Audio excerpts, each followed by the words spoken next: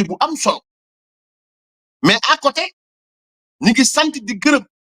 ñëpp ñi nga xam ne ci biir Sénégal bi bokk ci classe politique bi bokk ci syndicalistes yi ak ñeneen ñi nga xam ñëpp taxaw nañ ci candidature président Macky Sall la souveraineté nationale la souveraineté la voix du peuple a été portée par le peuple lui-même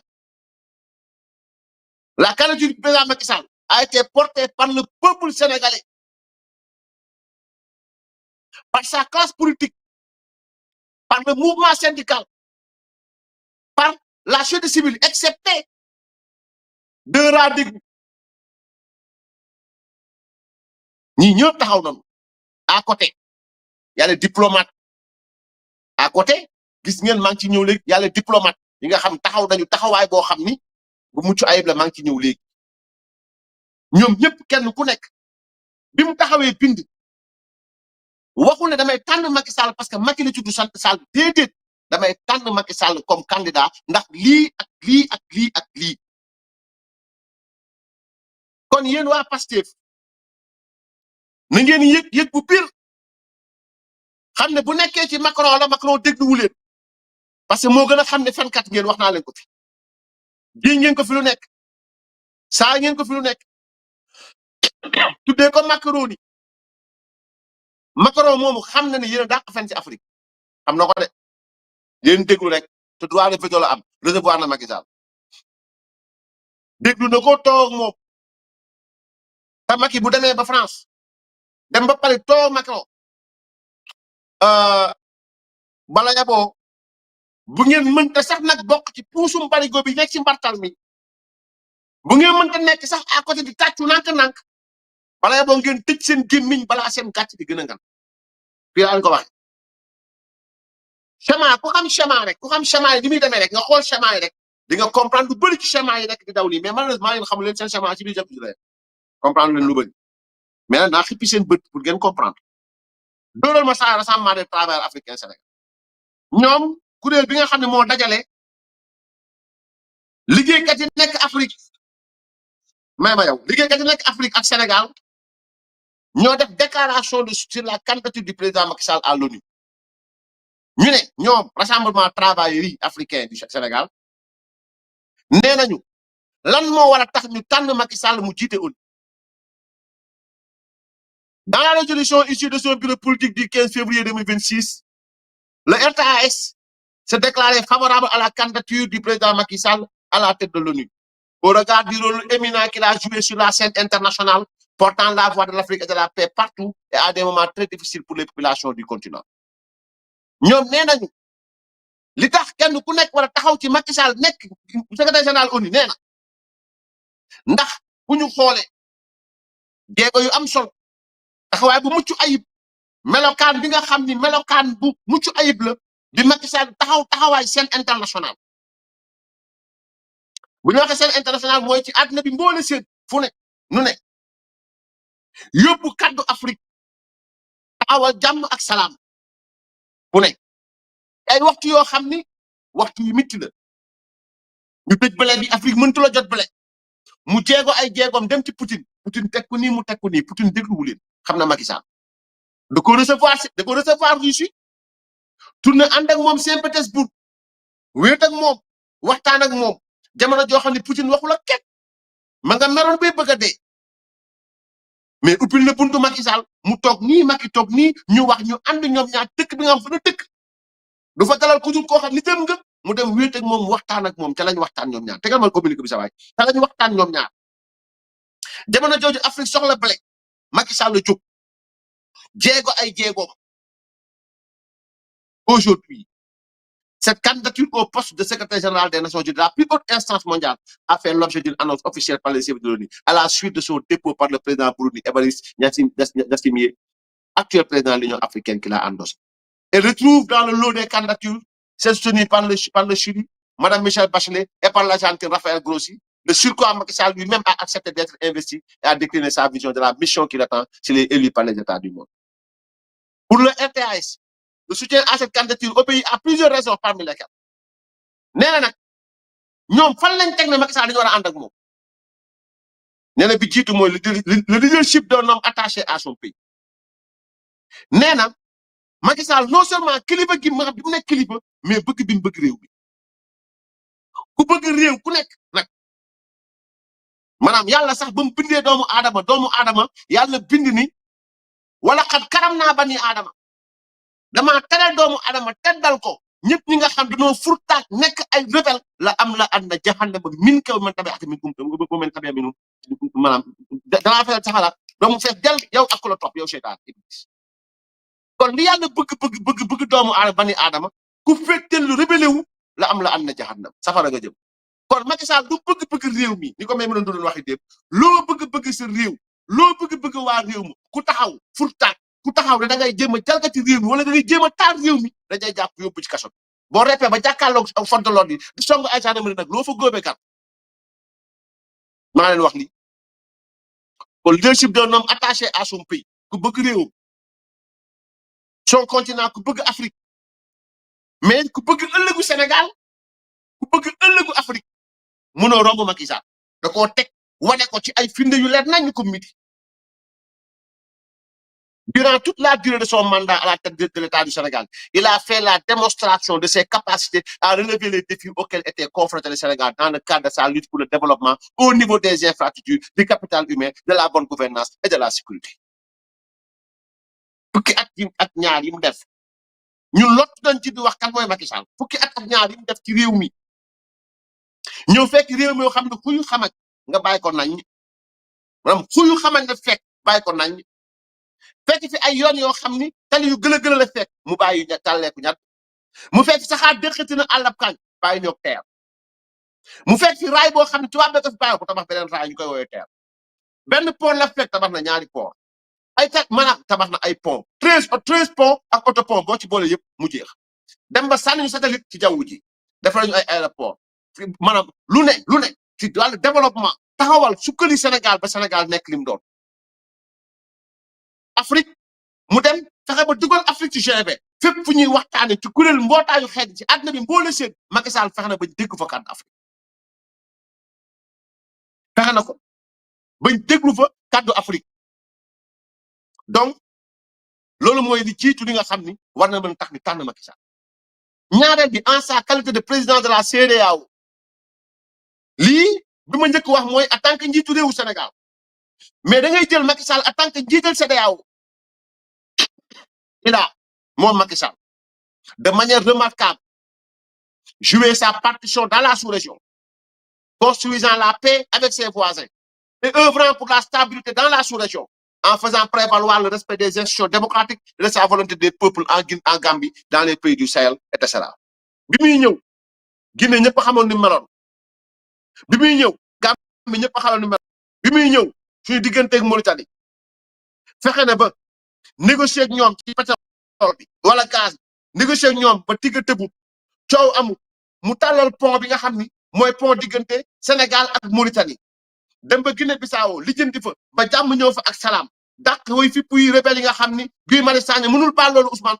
mënul baal loolu Macky Sall dàq leen ñii daw jëm Gambie ñii daw jëm Guinée Bissau mu dem jubóog waa Guinée Bissau ñooñu xat Guinée Bissau mu dem fexe ba indi paix Gambie ñooñu xataat biir Gambie jàmm ak salaam am biir kii mu sànni pont wu fala feje mu fexe ba Gambie ñu ne Gambie léegi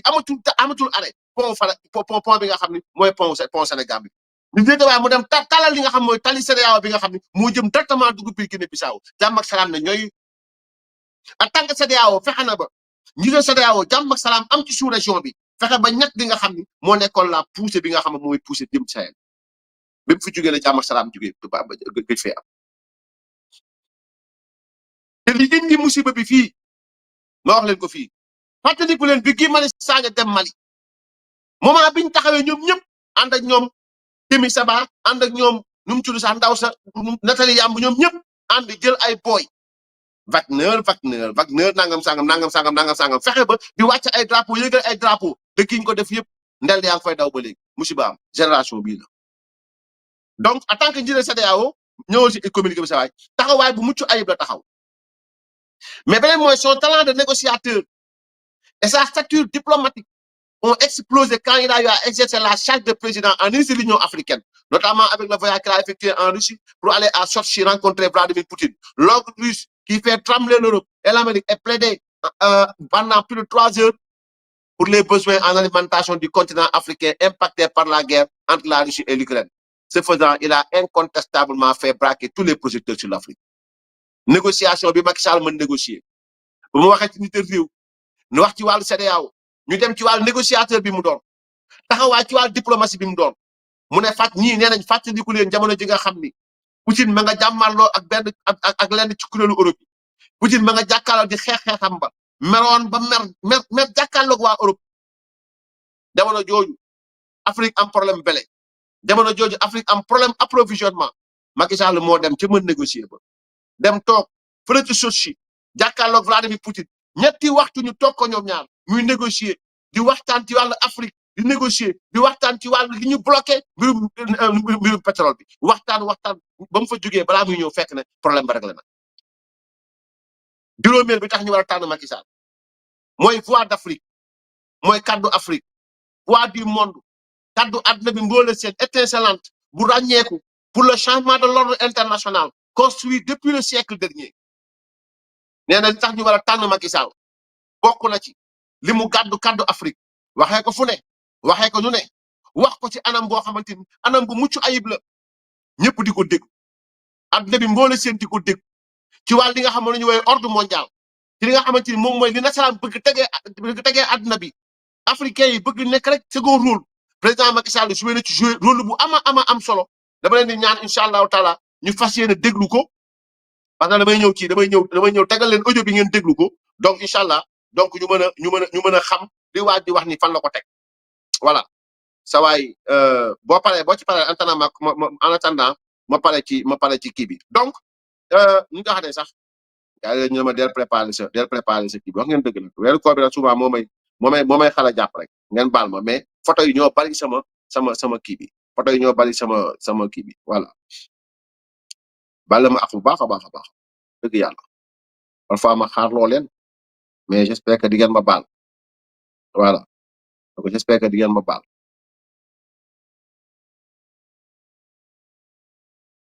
ça va dama lay yónnee rek lien bi comme ça yow en attendant may pare nga mën ko dugal quoi incha allah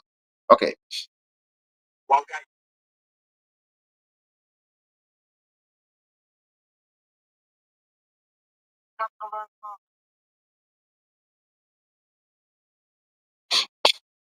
donc voix du monde mu nekkoon kaddu àdduna bi mboole seen taxawaay bu am solo ci li nga xamante ni moom mooy fépp foo xam ni àdduna bi soxla nañ ngir taxawaaye mën a am foofu mucc ayib président Macky Sall taxawal na fa Afrique président Macky Sall taxawal na fa kaddu àdduna bi ci wàllu tension yi ci wàllu dund bi ci wàllu bor yi ci wàllu bu nekk président Macky Sall musul dañ ci taxaw ci li nga xam mooy soxlaay àdduna bi ñëw juróom-benneel bi ñu xool lan moo war tax ñu war taxaw ci candidature président Macky Sall mais bëgg naa balaa may génn ci bii incha allahu taala donc ñu tegal leen ko ngeen déglu président Macky Sall discours am bu am solo boo xam ni da koo def dama koy teg ngeen déglu ko en attendant maintenant sawaay di ko dugal. Après la naissance du système des Nations Unies et des institutions de Bretton Woods, il est temps d'instaurer une gouvernance mondiale plus juste, plus inclusive et plus adaptée aux réalités de notre temps. Il est temps de vaincre les réticences et de construire les narratifs qui persistent à confiner l'Afrique à la marge des cercles décisionnels. Près de 80 ans après la naissance du système des Nations Unies et des institutions de Bretton Woods, il est temps d'instaurer une gouvernance mondiale plus juste, plus inclusive et plus adaptée aux réalités de notre temps. Il est temps de vaincre les réticences et de construire les narratifs qui persistent à confiner l'Afrique à la marge des cercles décisionnels. Il est temps de faire droit à la juste et légitime revendication africaine sur la réforme du Conseil de sécurité telle que reflétée dans le consensus d'Iselweni. Dans le même esprit, je rappelle notre demande d'octroi d'un siège à l'Union africaine au sein du G20 pour que l'Afrique puisse enfin se faire représenter là où se prennent les décisions qui engagent 1,4 milliard d'Africains. Je remercie chaleureusement les partenaires qui nous ont déjà exprimé leur soutien et invite les autres à considérer favorablement notre candidature. donc ku déglu lii war nga mën a xam ni kii bu fekkee rek ay nit ñoo nekk Sénégal laa wax di nga xam lobby bi mu def nii ba Sénégal ba Afrique war a mën a dugg ci biir G20 lobby la mais aussi confiance la ci ñu yor réew mi ci ñu yor àdduna bi jamono ji te di ko déglu nag te xam ko it te natt ko natt bu mucc ayib xam lu mu peese xam valeur am waaye it xam fi ñu bëgg yóbbu àdduna bi peese ku nekk xool ku nekk kon tey jii bu ñu nee doomu Sénégal moo taxawaay bii bu dugal Afrique ci biir G20 ñu ne kan la doomu Afrique la ñu ne ban doomu Afrique la doomu Sénégal ban doomu Sénégal ñu ne président Macky Sall keneen ku yor sa wax bu ñaaw tiyeen yaa xam bu ñu nee àdduna bi mboole seen ñu ngi am les yeux braqués ci Russie ñu ne àdduna bi Afrique bi mboole seen dañ am problème blé bi lañ bloqué ñu ne benn africain ñu ne kan la ñu ne sénégalais la ñu ne ban sénégalais ñu ne président Macky Sall kan la toog ñu ne Vladimir Poutine la toogal ñu ne lu mu fa doon wut ñu ne ay blé ba mu fa jógee lañ ko réglé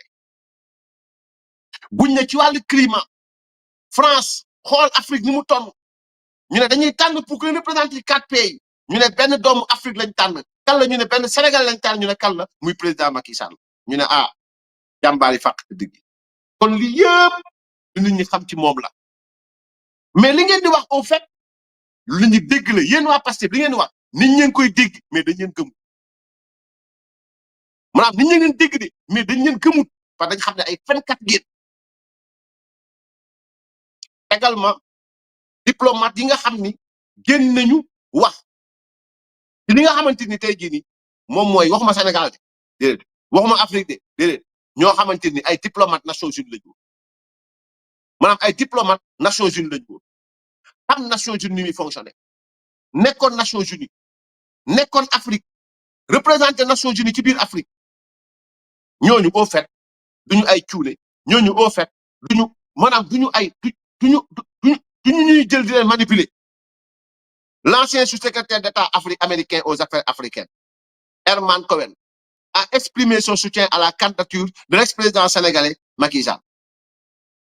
pour le poste de secrétaire général de l'Organisation des Nations Unies lii la wax je pense que Sall serait un choix solide et très expérimenté nee na kii nga xam ni mooy Herman Cohen nekkoon sous-secrétaire d'État américain chargé aux affaires africaines nee na mi ngi feddali jàppale gi nga xam mi ngi koy jàppale président Macky Sall candidature bi ci poste secrétaire général des Nations Unies nee na loolu la moo tax nee na parce que moom gëm na ni je pense gëm na ni que Macky Sall dana nekk choix bu baax bu dëgër boo xamante ni bu am xam-xam bu am expérience bu xam àdduna ni muy demee xam tamit jokkalante dem yëg biir yi ni muy demee am ñoo xam ni waxtaan ni muy demee ñu mën naa waxtaan mën na yëkkati kàddu Afrique mën na def lu nekk kon kii sous-secrétaire d'État américain sous-secrétaire d'État américain la woon aux affaires africaines moom bind na wax na jàppale bi nga xam ni mi ngi koy jàppale président Macky Sall donc bëri na ci ñoo xam ne it ñu ngi yëkkati seen kàddu un peu partout am na ci tamit ñoo xam ni bi Seydi Gassama waxee ñoom ñoo koy wër di tontu ñu dem ci ki nga xam ni au fait benn parlementaire ivoirien la ma nga tontu Seydi Gassama tontu bu bon la ko tontu nag voilà donc Alain Labognon Seydi Gassama dafa commencé di critiquer kii ivoirien la mu ne ko qui a dit à ce mec que ça va peser dans le choix du secrétaire général de l'ONU ñun tontu wuñ de waa Côte d'Ivoire yi ay parlementaire Côte d'Ivoire ou bien ancien parlementaire Côte d'Ivoire ñoo tontu Seydi Gassama ñu ne kan moo wax Seydi Gassama ne moom baatam bii maanaam làmmiñam bu dijj bii daa am lu ñuy tekki ci secrétariat général Nations Unies kan moo ko wax ne li mu wax ses propos pure la haine dem ma ba Côte d'Ivoire ba bitim réew ñëpp a xam ne léegi Seydi Gassama daa bañ Macky Sall pure la haine la jalousie ak iñaan yéen bi saa ne woon na iyaakum maa ne maytandikuloo wal xasad maa ne maytandikuloo ngeen di iñaan parce que iñaan day lekk ay jëf di lekk doomu aadama comme ni safara di lekkee bant wa min sharri xaasidin isa xasada dana ba yàlla wax ko wa min sharri xaasidin yàlla nañu yàlla musul ci musibaab ku soxor iñaan jamono ji nga xam ne mi ngi am sentiment bi kon député bii nga xam ni mi ngi ci parlement Côte d'Ivoire moom moo taxaw tontu ñu nu mu tudd sax tonton Gassama nee na Seydi Gassama kan moo la wax yow sa baat yow am na lu mu tekk ci Nations Unies ak ni ñu tànnee secrétaire général Nations Unies nee na Seydi Gassama yow kàddu yi ngay wax nii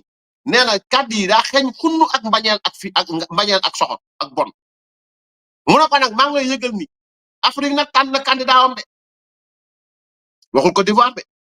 waxul Mali de waxul Guinée de waxul Gambie de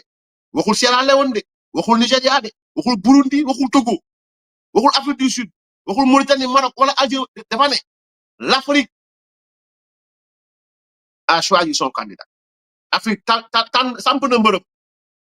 l'Assemblée générale nee na ONU choisira sans tenir compte des avis des opposants du président Macky Sall nee na Assemblée générale ONU daañu def li ñu war a def te yéen ñi nga xam ne yéenay opposant mu ne ñoom xam nañu lépp ñi fi wax ñëpp opposant politique la ñu Macky Sall kese amul leneen société civile opposition parti politique opposition militant opposition kon waa Assemblée générale bu ñuy tànn baromètre loolu la ñuy tànn nee nañu ñooñu daañu tànn ba pare duñu bàyyi xel li nga xam ne moom la woyaayaa yi di wax nii ñeneen nag Seydi Gassama gagnerait à faire le point des droits de l'homme dans son pays depuis le départ du candidat de l'Afrique au perchoir de l'ONU nee na Seydi Gassama yow war ngaa toog nag Seydi au moins chaque man photo bu ma gis Seydi Gassama mu ko gis mu ngaan saa dina communiqué bi xam nga gis ngeen bu la neexee mu may wax nii nga teg 3 photo wala 4 photo buñ teg Seydi Gassama day fekk mu ngaan saa yu ŋaangee Macky Sall day rot maanaam saa yu ŋaangee rek Macky Sall lay waxal léegi député ivoirien bi wala parlementaire ivoirien wala ancien parlementaire ivoirien bi nee na ko yow da ngaa war a tëj sa gémmiñ maanaam képp sa mbéj bi da nga ko war a képp boo képpee maintenant nga jël feuille jël bic nga bind droit de l'homme Sénégal fan la toll moo gën nga ubbi ko parce que ki ngay waxal romb na ba génn Sénégal mën nga jëm cappaandaw ga ca cat ba la jëm de sama ba la jëm de Macky Sall billahi sama ba la jëm ma nga jëm ci perchoir des Nations Unies ñu ne ko nag bu doon maa yow danaa tëj sama peg bi dem Sénégal bu commencé bind comme yow maanaam li nga nekkee droit de l'homme nga dem nga bind les droits de l'homme fan la toll Sénégal au moment où on parle un président de parti vient d'être placé en garde à vue muy Cheikh Omar Diagne un autre président de parti ñu ngi risqué tomber tamit sous le même coup que Cheikh Omar Diagne ñu ngi ko waaj a convoqué même le Ndour Faye une journaliste mi ngi nii persécuté par le ministre de la justice Babacar Fall persécuté par le ministre de la justice le chroniqueur Abdou Nguer envoyé en prison pour 1 mois renvoi boo xamante ni teguñu ko fenn kenn dégguloo nga wax ci Badara Gadiaga bracelet électronique mëntu loo wax Pape Malick Ndour homme politique mi ngi foofu ñu teg noonu est-ce que comprendre nga donc Farba Ngom ñu bàyyi ko yoon bàyyi ko ngeen téye ko ci kaso bi donc yow tu as du boulot ngir yàlla tëjal li la yàlla may muy ubbeeku bis bu nekk nga tëj ko concentré wu ci li nga war a def man nag sénégalais yi lay déglu ba nga fiy prôné légalisation yamba moom laa xam ne sa xel mi dem na bu yàgg dana tax nga koy wax nag légalisation yamba bi li tax mu koy wax mooy ñam doon àndal di ànd ak ñoom di leen favoriser ña nga nekkoon trafic marron ba yàlla ma tim xam na ko mu xam ne koj nañu tànk nañu ñooñu ci rébellion Casamance mu génn dañ ko war a légaliser kon bañ bi mu bañ Macky Sall yëpp loolu la mooy Guy Marius Sagna tax mu bañ Macky Sall moom bii moom benn en la am ci Macky Sall mooy référendum d'autodétermination wax ay nangam sangam Macky Sall duma gaay bañ daw Guy moom mëntu la bëgg Macky Sall donc lii mooy li nga xam ni ci Afrique bi ci àdduna bi moo la seen ñi ngi ànd dëppoo wax naa fi démb ne Chine incha allahu taala la ngeen dégg dama ci sori yeneen réew yëpp yi ngeen di wax noonu la ngeen dégg chemin yi mat bu sooba yàlla incha allahu taala mais bu doon maa yow Seydi Gassama très bien naa tëj sama gémmiñ fexe naa nu Ousmane Sonko jëriñee suñu doom yee nekk fa sérieusement du Sénégalais mais yow ki dul dégg ci yooyu